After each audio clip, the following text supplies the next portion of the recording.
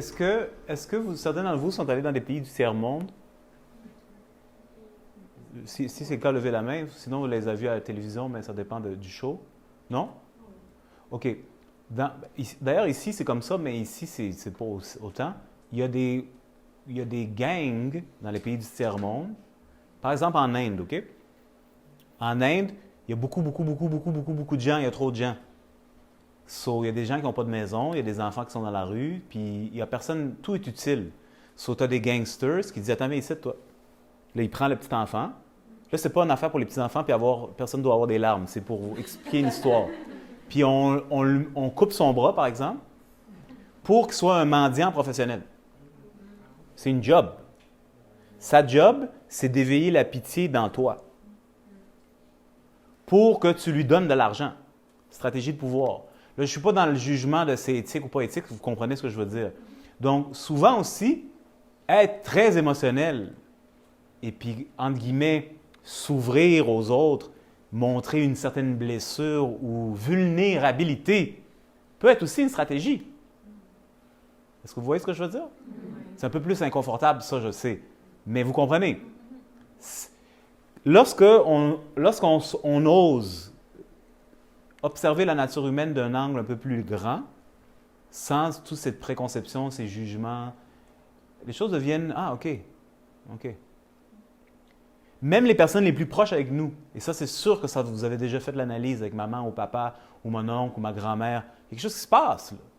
Je sais que ma mère m'aime inconditionnellement, là, tu sais, sauf que... moi, je le dis, moi, je suis un étudiant dans la nature humaine. C'est tabou, on n'a pas le droit de parler de ça. Moi, ça n'existe pas dans ma vie. Moi, I'm here to take care of myself, puis apprendre à fonctionner dans le monde, puis naviguer. Vous me suivez? Donc, par défaut, j'ai eu à étudier la culte de maman. C'est une culte, là. C'est maman chérie, on l'aime, c'est la fête des mères, et ainsi de suite. Moi, je l'aime beaucoup, ma mère, ça n'a rien à faire avec ça. Sauf que c'est un humain. C'est pas maman. C'est maman pour moi. Mais quand elle marche dans la rue, c'est pas maman, c'est la fille là-bas, tu sais, la madame. Donc, elle a aussi sa stratégie, puis moi, je fais partie de ça. Donc, quand on étudie les non permis, on réalise, attends, mais ma mère, elle était en Égypte, puis là, son père était là. Ah, ça, c'était sa stratégie. Elle a choisi mon père par stratégie. Beaucoup travailler là-dessus. Ah, OK. Donc, parce qu'elle aurait pu avoir ce type de gars. D'ailleurs, quand elle était plus jeune, elle me disait des affaires plus crues. Elle disait non, je ne voulais pas être avec lui parce qu'il serait trop contrôlant et jaloux. Puis moi, je voulais qu'on me foute la paix. Ah, et mon père, il est plus docile, si on peut dire comme ça. Right? Il se mêle plus de ses affaires. Il travaille. Il ne dérange pas. Elle a plus de liberté. Dans une culture où le mariage, c'est tu n'as pas le choix, il faut. C'est comme ça. Right? Donc, tout est stratégique. Puis elle me racontait des petites histoires comme ça quand elle était plus jeune, quand j'étais plus petit. Puis je suppose qu'elle se sentait plus à l'aise. Donc, c'est des humains. Il y a toujours un rapport, quelque part, à la survie. D'ailleurs, la survie dans le corps, c'est en relation avec quelle partie du corps?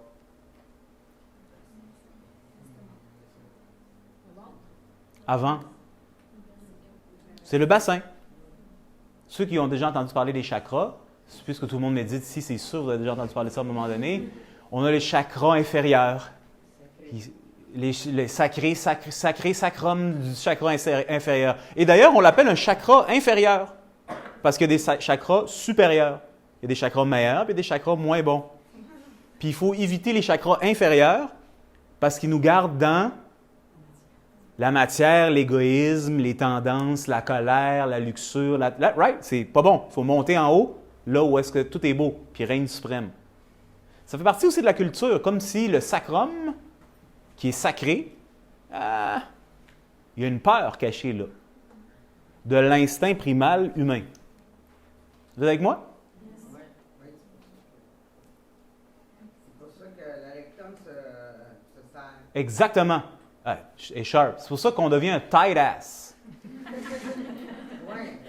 Tu comprends-tu? Oui. Je ne sais pas comment on dit ça en keb, là, mais il est pogné. Un cul serré, c'est pas aussi... Un cul serré, là, tu sais. Puis là, tu as besoin de te le desserrer après, tu sais. Un tight ass. Oui, tout à fait. Moi, je suis avec toi, là. Hein? On est ensemble. Moi, je suis pas mal à l'aise avec les tight ass, là, tu sais.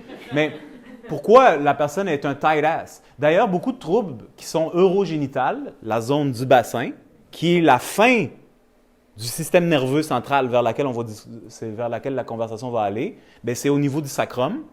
Puis, il y a comme un malaise avec cette primalité humaine et toute cette zone se congestionne.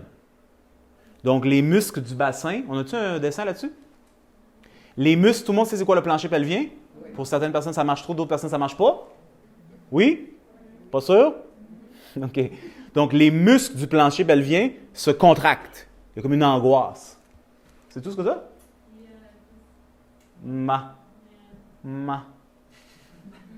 OK, garde ça. Puis on va revenir à ça. OK, donc, la zone du plancher pelvien se contracte. Quand la zone du plancher pelvien se contracte, ça veut dire que le bassin aussi se fixe, commence à se rigidifier, commence à être maintenu.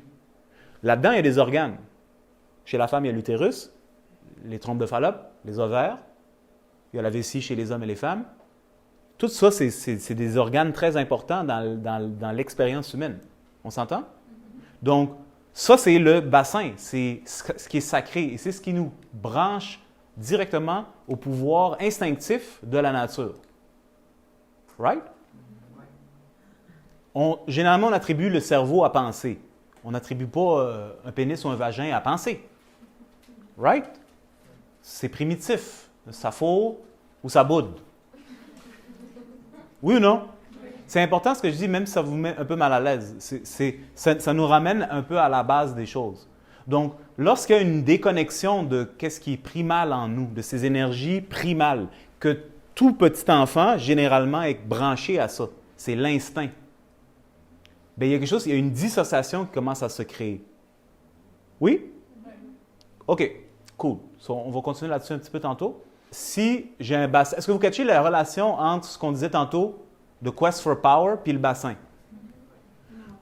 OK, parfait. Le Quest for Power, c'est ce qui nous branche à l'instinct de survie. C'est-à-dire que tout le monde, lorsqu'ils naissent, tous les animaux, toute créature vivante, cherche à survivre. C'est son premier instinct. Je dirais la roche, mais une roche, ça ne bouge pas, puis c'est très silencieux. Vous suivez? Cet instinct de survie,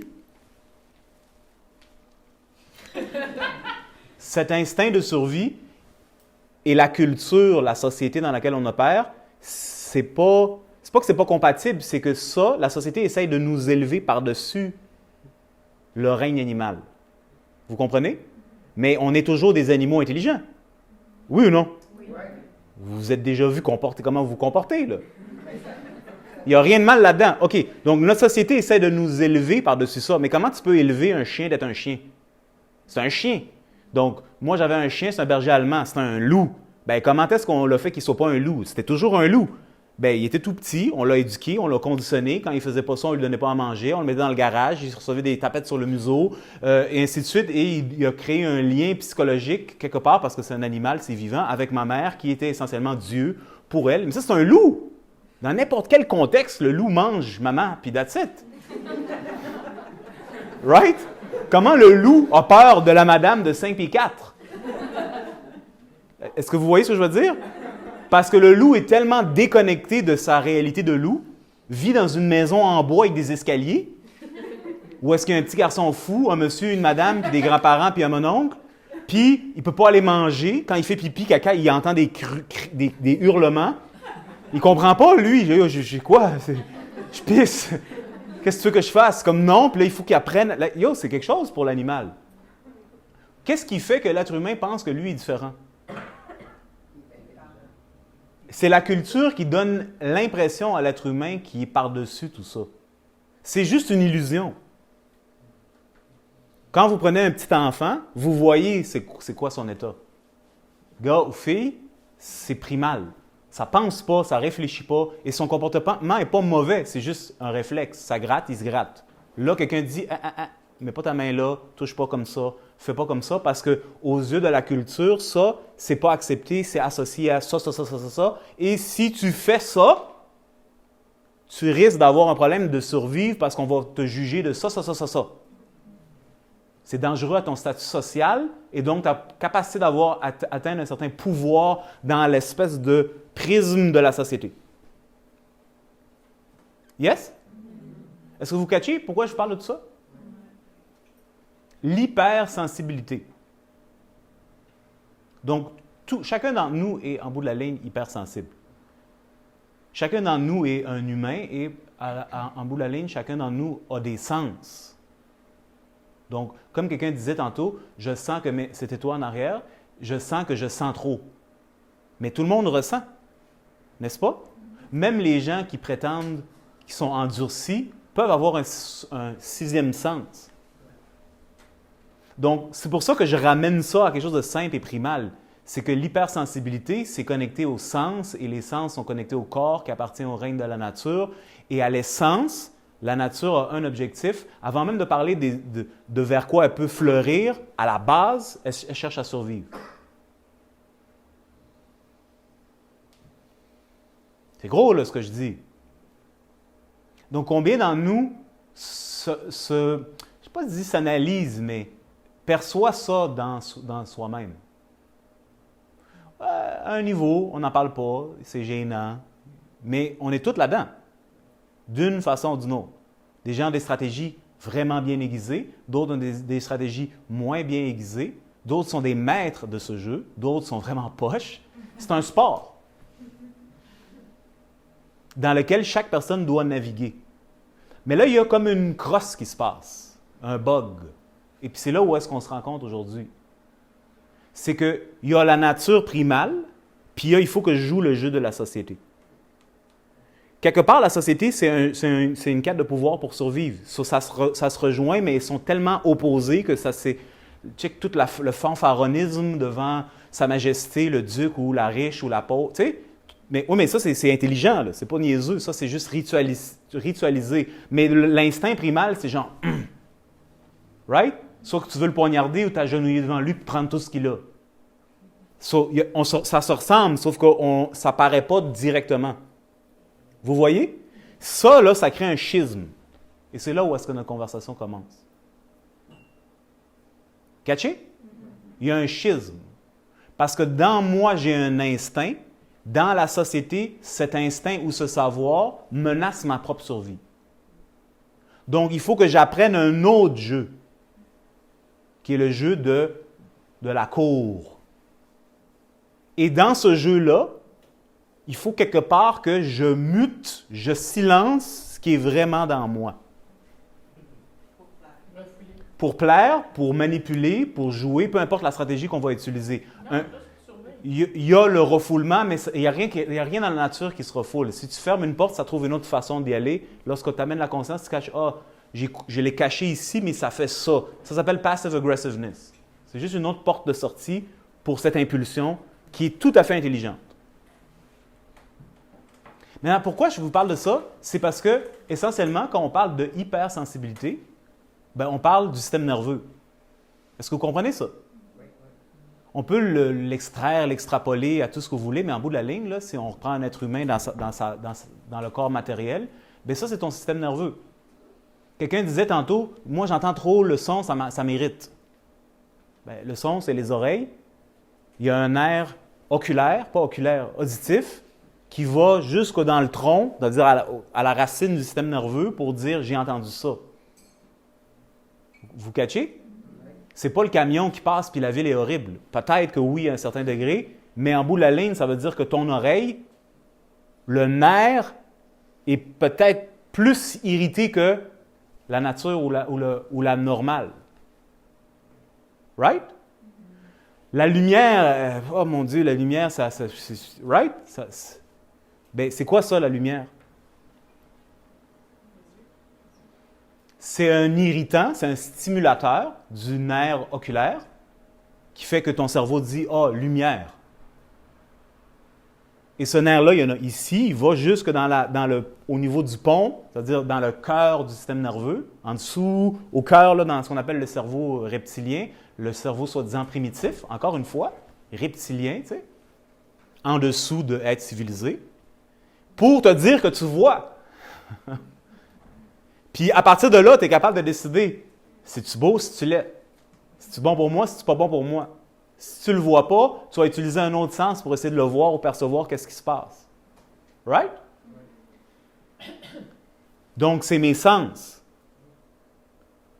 J'ai une oreille pour entendre quoi? Le danger qui arrive. Aujourd'hui, dans notre société évoluée, bien sûr, on a des oreilles pour écouter la musique. La belle musique classique de Mozart, de Beethoven, ou de je ne sais plus quel artiste qui de l'heure, tu sais. OK. Bon, donc là, on se dit ça. Oui, absolument. Tant aussi longtemps que la société se tient, mais demain matin, s'il y avait une bombe, vous allez voir à quoi que tout ça, ça disparaît, là, tu sais. C'est une illusion. Puis moi, je ne sais pas ça une critique, j'ai pas de problème avec ça. Il faut ramener les choses à la base pour pouvoir comprendre qu'est-ce qui se passe avec nous autres. Donc, à l'essence, si on prend l'être humain puis on comprend que c'est un animal, et je ne dis pas ça dans un sens péjoratif, intelligent, bien, l'objectif des sens, c'est de communiquer avec le système nerveux central qu'est-ce qui se passe pour que le système nerveux central puisse agir en conséquence pour assurer la survie.